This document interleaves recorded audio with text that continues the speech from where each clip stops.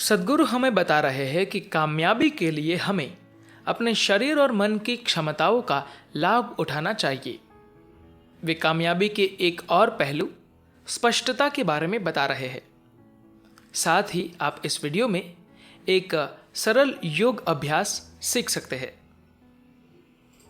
दुनिया में कामयाब होने के लिए दो मूल गुण है कि आपको अपने मन और अपने शरीर की क्षमता का लाभ उठाना आना चाहिए।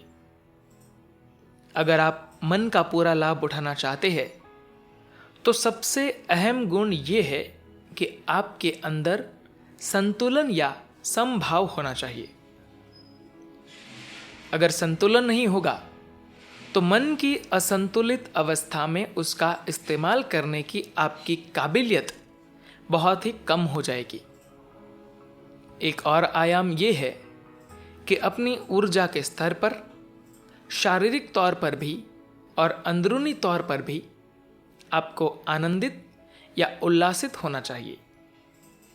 जब आपकी ऊर्जा आपके भीतर पूरी तरह उल्लासित अवस्था में होती है, तभी आपके अंदर कामयाबी की राह में आने वाली तमाम बाधाओं को पार पाने की काबिलियत आती है।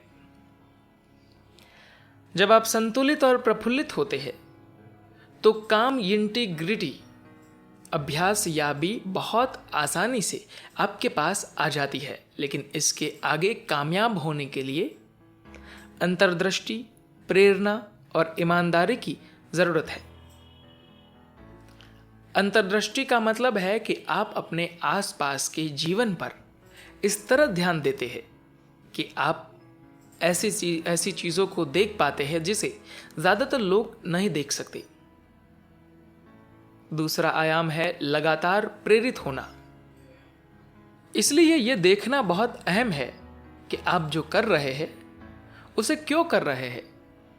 और ईमानदारी बहुत महत्वपूर्ण है, क्योंकि जब आप इस दुनिया में काम करना चाहते हैं तो रोजाना जिन लोगों से आपका पाला पड़ता है उनमें आपने कितना भरोसा पैदा किया है, इससे तय होता है कि आपकी रोजाना की कोशिशें कितनी आसान या कितनी मुश्किल होगी।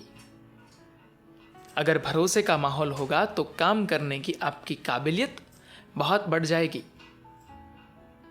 कामयाबी का एक अहम पहलू है स्पष्टता। हम स्पष्टता कैसे लाते हैं? अपने मन में स्पष्टता लाने का एक सरल तरीका है अपनी गतिविधियों को सटीक बनाना। अपने शारीरिक और मानसिक दोनों तरह की गतिविधियों को सटीक बनाना। आप कैसे बैठते हैं, कैसे खड़े होते हैं, किस तरह सांस लेते हैं, हर एक शब्द जिसका उच्चारण करते हैं, अपने आसपास की रोशनी और ध्वनि हर बारे में स्पष्ट होना। इसके लिए आप एक प्रक्रिया शुरू कर सकते हैं। रोजाना कम से कम 5 मिनट तक, दिन में 2 से 3 बार, जब भी आपको सुविधा हो, चलते समय अपने कदम को नापे। देखिए कि 1 मिनट में आप कितने कदम चलते हैं। वाकई 1, 2, 3, 4 गिने बिना बस देखिए कि 1 मिनट में आप कितने कदम चलते हैं, 1 मिनट में कितनी बार सांस लेते हैं।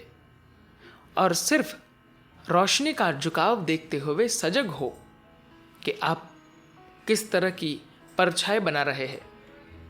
साथ ही अपने आसपास होने वाली छोटी बड़ी तमाम तरह की ध्वनियों पर ध्यान दीजिए।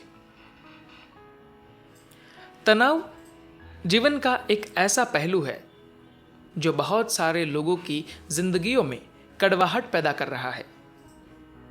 तनाव मुख्य रूप से अपने शरीर को संभालने में आपकी असमर्थता है, यानी आपके शरीर में सहज और सरल तरीके से काम करने के लिए पर्याप्त तेल या ल्यूब्रिकेशन नहीं है, इसलिए घर्षण होता है।